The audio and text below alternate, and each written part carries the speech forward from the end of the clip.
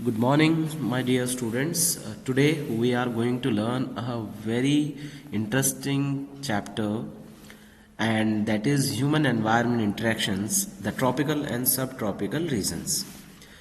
So first of all है ना, हमें इसका मीनिंग समझना पड़ेगा कि इसका एक्चुअल में मीनिंग क्या है। हम इस चैप्टर में एक्चुअल में समझने क्या वाले हैं बच्चों। इस चैप्टर में हम लोग समझने वाले हैं कि ह्यूमन एनवायरनमेंट जो है उसके साथ हम लोगों का कैसे इंटरेक्शन होता है। इट मीन्स ह्यूमन जो है, क्योंकि हम सब लोग जानते हैं कि डिफरेंट डिफरेंट पार्ट में वर्ल्ड के डिफरेंट डिफरेंट टाइप के लोग रहते हैं। लोग we all are human being, but at the same time होता क्या है कि रहने की यानी कि प्रकृति के साथ जीने की अलग अलग कलाएं होती हैं। जैसा कि किसी डेजर्ट में रहने वाला पर्सन जो है वो एक स्नो वाली जगह में रहने वाले इंसान से थोड़ा अलग होता है, क्योंकि उन्होंने जीने के कुछ अलग तरीके सीख लिए हैं वहाँ पे, है ना। तो इस चीज़ों के बारे में हम इस चैप्टर में बात करेंगे। दुनिया के अलग अलग हिस्सों के बारे में बात करेंगे। और जैसा कि हम जानते ही हैं कि अभी आजकल स्कूल हमारे खुल नहीं पा रहे हैं, सो इसलिए हम लोग जो है ऑनलाइन के थ्रू आपको पढ़ा रहे हैं। ठीक है, सो हम इस चैप्टर को स्टार्ट करते हैं। और ये ज़्यादा बड़ा पार्ट नहीं होगा, ये छोटा सा ही बनाया जाएगा ताकि आप लोग इसको अच्छे से पढ़ सकें। चैप्टर की शुरुआत होती है रेणुका नाम की एक बच्ची के साथ, है ना। रेणुका जो है वो क्या है, एक बच्ची है, और जो उसके एक श्रीकांत अंकल हैं वो क्या है कि घर से मोस्टली बाहर रहते हैं, है ना। ये मोस्टली बाहर रहते हैं घर से। और आज ये है 4 महीनों के बाद, after 4 months he is coming back to home. और 4 महीनों के बाद जब ये वापस आए तो रेणुका बड़ी एक्साइटेड है उनसे बात करने के लिए। सेम यहाँ पे क्या है कि बिकॉज उसके जो अंकल हैं, श्रीकांत जो अंकल है, वो एक वाइल्ड लाइफ फोटोग्राफर है, यानी कि वाइल्ड लाइफ की फोटोग्राफी करते हैं, यानी कि जानवरों की और पेड़ पौधों की या फिर प्रकृति से जुड़ी हुई चीज़ों की वो क्या करते हैं, फोटोग्राफी करते हैं और ट्रैवल करते हैं। डिफरेंट डिफरेंट पार्ट में दुनिया के ट्रैवल करते हैं। सो इसीलिए रेणुका उनसे मिलने के लिए बहुत ज़्यादा एक्साइटेड है। एट द सेम टाइम क्या है कि और ये रेणुका भी काफ़ी इंटरेस्ट लेती है वाइल्ड लाइफ और फॉरेस्ट में, बिकॉज उसके अंकल ने उसको ये चीज़ें बचपन से ही बताई हैं, तो इसीलिए उसका भी इंटरेस्ट बहुत ज़्यादा है इन चीज़ों के अंदर। अब वो क्या करते हैं, उसके अंकल लाते हैं और उनको फोटोज दिखाते हैं, जैसा कि अभी आप स्क्रीन पे देख रहे होंगे। जब हम स्क्रीन पे देखते हैं तो हम देखते हैं कि पहनावा अलग है लोगों का, और इनके रहने सहने का तरीका भी जो है वो पूरा ही अलग है। सो अब यहाँ पर इन सब चीज देखिए, आप फिगर नंबर 6.1 में आप देख सकते हैं, people from the various part of the world, not only the country, from the world. So in this picture Renuka see the people, वो देखती है लोगों को, और वो देखती है अरे ये तो कुछ तो ये ड्राई एरिया से है, ड्राई डेजर्ट एरिया से है, और जबकि कुछ तो बिल्कुल फ्रोजन लैंड से है। फ्रोजन लैंड मतलब जो जमी हुई जगह, यानी कि बहुत ज़्यादा ठंड वाली जगह है। और तभी देखते हैं कि कुछ तो इनमें से जो है वेट रेन फॉरेस्ट से है, मतलब ऐसी जगह से जहाँ पे कि बहुत ज़्यादा बारिश होती है। तो कहीं तो बिल्कुल ठंडा है, कहीं बहुत गर्म है, कहीं पे बहुत ज़्यादा बारिश होती है। तो अलग अलग तरीके से जो है वो लोग रहते हैं, अलग अलग तरीके की जगहों पे रहते हैं। तो वो बड़ा एक्साइटेड होती है इन सब चीज़ों को देख के, और वो बोलती है कि they look so different from me, uncle ये तो मेरे से बहुत ज़्यादा अलग लगते हैं मुझे। ठीक है, तो अंकल उसको बोलते हैं कि बेटा भले ही ये अलग लग रहे हो, लेकिन इनकी जो बेसिक नीड होती है ना बच्चे, they share the some basic needs. भाई किसी ह्यूमन की बेसिक नीड क्या होती है, जैसे कि आप यहाँ पे 3 चीजें देख सकते हो, और ये पुराने समय से भी जानी जाती हैं कि भाई रोटी, कपड़ा और मकान, ये 3 जो है हमारी बेसिक नीड्स होती हैं। Food, clothing and shelter. Food खाना, क्लॉथिंग कपड़े, और शेल्टर यानी कि रहने के लिए इस जगह। तो ये 3 चीजें जो है वो जरूरी है। ऐसे ही वो बता रहे हैं, अंकल उसको बता रहे हैं कि बेटा ये हर जगह ही सेम है, मतलब ये हर जगह जो है वो सेम ही होती हैं चीजें। वो बच्चे भी सेम आपकी जैसे, देयर चिल्ड्रन, वो क्या करते हैं, they probably do the same thing, जैसे आप करते हो वैसे ही वो लोग भी करते हैं सेम चीजें। ठीक है, तो बोलते हैं अच्छा क्या क्या करते हैं, कि वो दे प्ले गेम, वो तो गेम खेलते हैं, क्वेरल करते हैं, झगड़ा भी करते हैं, और फिर मान भी जाते हैं, है ना। जब आपस में भाई बहनों में लड़ाई होती है और उसके बाद में वो मान भी जाते हैं। सिंग करते हैं, गाना गाते हैं, डांस करते हैं, और एक दूसरे की हेल्प करते हैं अलग अलग चीज़ों में, अपनी फैमिली की या अपने फ्रेंड्स की, है ना, वो अलग अलग जगह पे हेल्प भी करते हैं। और उनके बारे में खास बात ये है कि they live closer to the nature and very early in their life. बहुत ही कम एज में वो लोग क्या समझ जाते हैं कि नेचर के साथ में किस तरीके से रहना है ना, इसको हम यहाँ पे समझें। तो मेरे बच्चों, अभी हमने क्या क्या समझा कि भाई उसके अंकल आए हैं 4 महीनों के बाद, लेकिन वो जो है एक वाइल्ड लाइफ फोटोग्राफर हैं, और बिकॉज वो जगह जगह जाते हैं, अलग अलग तरीके के लोगों से मिलते हैं, तो फोटो खींच के लाते हैं उनके लिए। और रेणुका तो बड़ा एक्साइटेड होती है उनको देख के, और वो क्वेश्चन पूछ रही है कि वो लोग बिल्कुल अलग लग रहे हैं। तो अंकल बोलते हैं लग तो अलग रहे हैं, लेकिन होते ये सेम ही है हमारे जैसे, और एक्टिविटी भी उनकी सेम ही है। जैसे बच्चे झगड़ते हैं तो वो भी झगड़ते हैं, बच्चे अगर किसी की हेल्प करते हैं तो वो भी हेल्प करते हैं एक दूसरे की। तो अब हम इससे आगे बढ़ेंगे, और हम हमारा पहला हिस्सा जो है वर्ल्ड का, वो इसके ऊपर हम जा रहे हैं। और ये पार्ट जो है वो है life in the Amazon basin.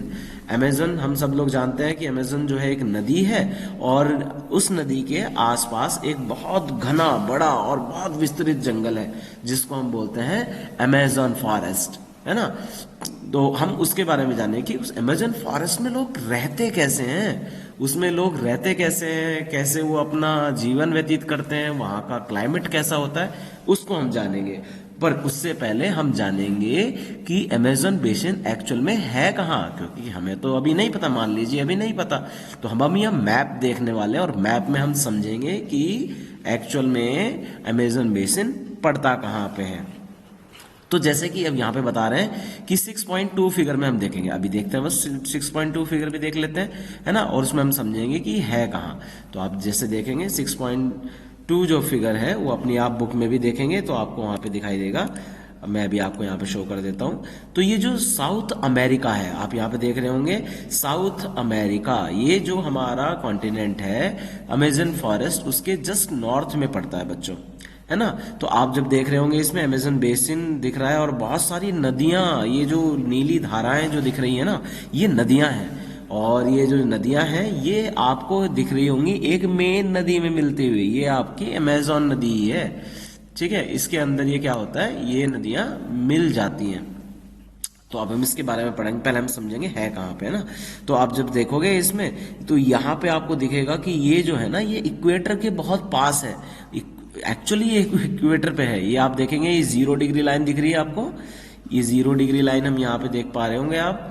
तो इसमें आप जो देख रहे हैं कि 0 डिग्री लाइन के आसपास ही पूरा एरिया जो है वो पड़ता है, 0 डिग्री लाइन से लेके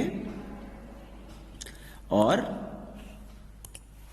0 डिग्री लाइन से लेके और 10 डिग्री नॉर्थ और 10 डिग्री साउथ में ये पड़ता है। तो यानी कि ये काफी बड़ा एरिया ये है, और इसमें क्या क्या है वो हम पढ़ते हैं अभी।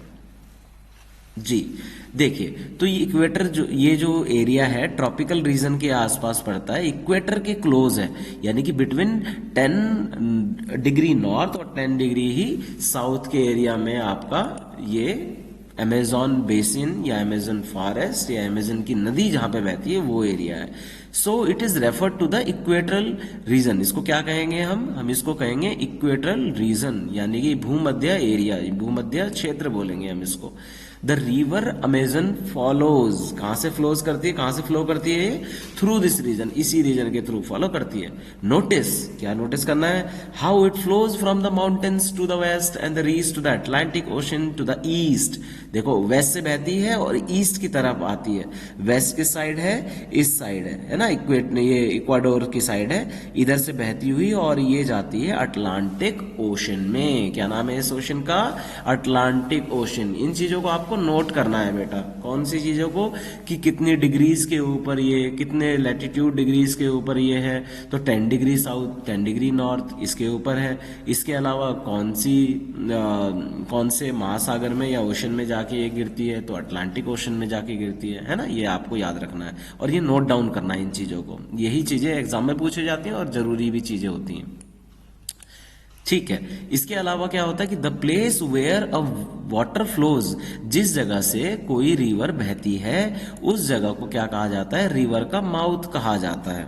Place where a river flows into another body, it means like जैसे ये धरती से बह रही है ना, लैंड के ऊपर से बह रही है और ये समुद्र में जा रही है। तो जब कोई रिवर समुद्र से जाके मिलती है तो इस जगह को, ये जो जगह है, इसको कहा जाता है माउथ, है ना। हिंदी में हम इसको मोहाना बोलते हैं बेटा, है ना। न्यूमरस ट्रिब्यूटरीज, क्या होता है, बहुत सारी ट्रिब्यूटरीज आप देख रहे होंगे ना। ये केवल एक रिवर नहीं है, ये बहुत सारी रिवर्स का जाल सा बिछा हुआ है, नेटवर्क है एक तरीके से।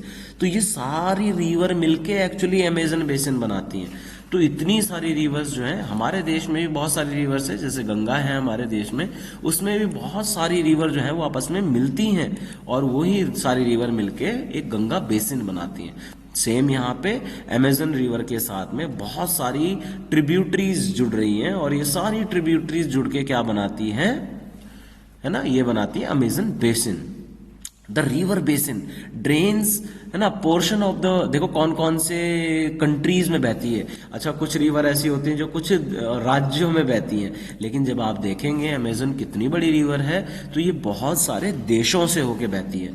तो इन देशों में कौन कौन से नाम हैं आप देख रहे होंगे। पहला ब्राजील, फिर आपने देखा पेरू, बोलीविया, इक्वाडोर, कोलंबिया, है ना, और थोड़ा सा हिस्सा इसका वेनेजुला में भी बहता है।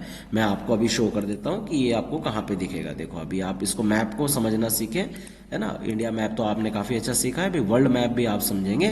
तो आप जब इसको देख पा रहे होंगे, आप देखेंगे यहाँ पे ये स्टार्ट हो रही है यहाँ पेरू से, बिल्कुल जस्ट यहाँ से, पेरू के माउंटेन से, पेरू से हुई, और आपने देखा कि इक्वाडोर से भी कुछ छोटी रिवर इसके अंदर आके मिल रही हैं, कोलंबिया से रिवर मिल रही हैं, और थोड़ी सी रिवर भी वी कैन सी हियर, ये आपके वेनेजुला से आ रही है, और नीचे आपका ब्राजील से तो ये बह ही रही है, और बोलीविया का भी हिस्सा इसके अंदर है ना। तो इस तरीके से ये जो रिवर्स हैं, ये जो रिवर है, इसका जो बेसिन है वो इन देशों के थ्रू है।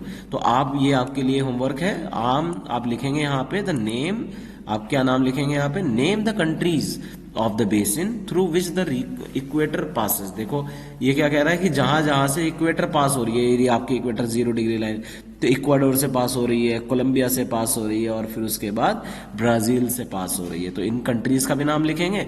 और एक होमवर्क ये है कि आपको ये बताना है कि कौन ये अमेजन रिवर है या अमेजन बेसिन जो है ये कौन कौन सी कंट्रीज के थ्रू होके जा रहा है। ठीक है, चलिए अब हम थोड़ा सा इसमें आगे बढ़ जाते हैं, और आप और भी कंट्री देख रहे होंगे यहाँ पे ना, पैराग्वे है, आपका चिले है, अर्जेंटीना है, ये सब कंट्री जो है साउथ अमेरिका जो आपका कॉन्टिनेंट है उसके अंदर है। अच्छा, अब हम इसमें केवल हम जानेंगे अभी आज हम क्लाइमेट के बारे में, और उसके बाद इसको अंत करेंगे आज के पार्ट का। As you know, the Amazon stretches directly on the equator. देखो हम सब लोग जान चुके हैं अभी तक कि जो हमारा अमेजन बेसिन है वो मेनली इक्वेटर के ऊपर बसा हुआ है, इक्वेटर से थोड़ा ऊपर थोड़ा नीचे दोनों साइड है। तो इक्वेटर हम क्लासेस में कई बार पढ़ चुके हैं कि इक्वेटर एक्चुअली किसे कहा जाता है। इक्वेटर यानी कि 0 डिग्री लाइन है जो अर्थ को 2 हिस्सों में बांटती है। 6th क्लास में आपने पढ़ा ना, है ना, नॉर्दर्न हेमिस्फीयर और साउदर्न हेमिस्फीयर। सो आप इसमें जब पढ़े आपने समझा कि ये जो एरिया है इक्वेटर का, इसके ऊपर जो सूरज होता है यानी कि धूप होती है या हमारा सन जो है वो डायरेक्टली रेज डालता है, और इसी वजह से ये एरिया बहुत ज़्यादा गर्म माना जाता है। ठीक है, और गर्म होता भी है, डे और नाइट भी बराबर होती हैं। जैसे कि आप यहाँ पे देख सकते हो, both day and nights are almost equally hot and humid. बहुत ज़्यादा ह्यूमिडिटी होती है क्योंकि गर्मी ज़्यादा है, तो इस वजह से ह्यूमिडिटी भी वहाँ पे ज़्यादा होती है क्योंकि पानी भी इधर उधर काफ़ी है। द स्किन फील्स, कैसे स्किन फील करती है, स्टिकी फील करती है, यानी कि चिपचिपी सी महसूस करती है, बिकॉज ये क्या है, बहुत ज़्यादा पसीना वहाँ पे आता है और सूखता नहीं है पसीना। It rains almost every day, हर दिन वहाँ बारिश होती है, that too without much warning. और ऐसा नहीं है कि उसके लिए वार्निंग दी जाएगी, अरे अब आने वाली है, आज बारिश होगी कल नहीं होगी, है ना, जैसे आजकल हम वेट कर रहे हैं बारिश का। तो ऐसा नहीं होता वहाँ पे कि भाई कोई वार्निंग दे के बारिश हो, ये एवरी डे का ही वहाँ पे रूटीन है। The day temperature are high with very high humidity, मतलब इतना ज़्यादा उमस होती है कि उस दिनों में जो है वो रहना बहुत ज़्यादा डिफिकल्ट हो जाता है। But at the same time at the night temperature goes down but humidity remains high.